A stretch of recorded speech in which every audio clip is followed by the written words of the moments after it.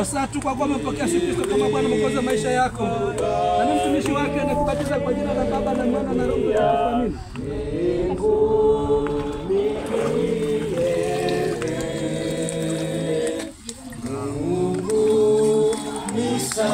Amina. Msifia jina lake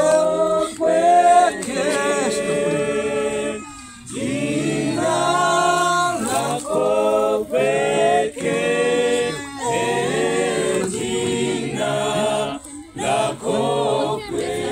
Mankembeta kwa kuwa umempokea Yesu Kristo kama Bwana Mwokozi wa maisha yako.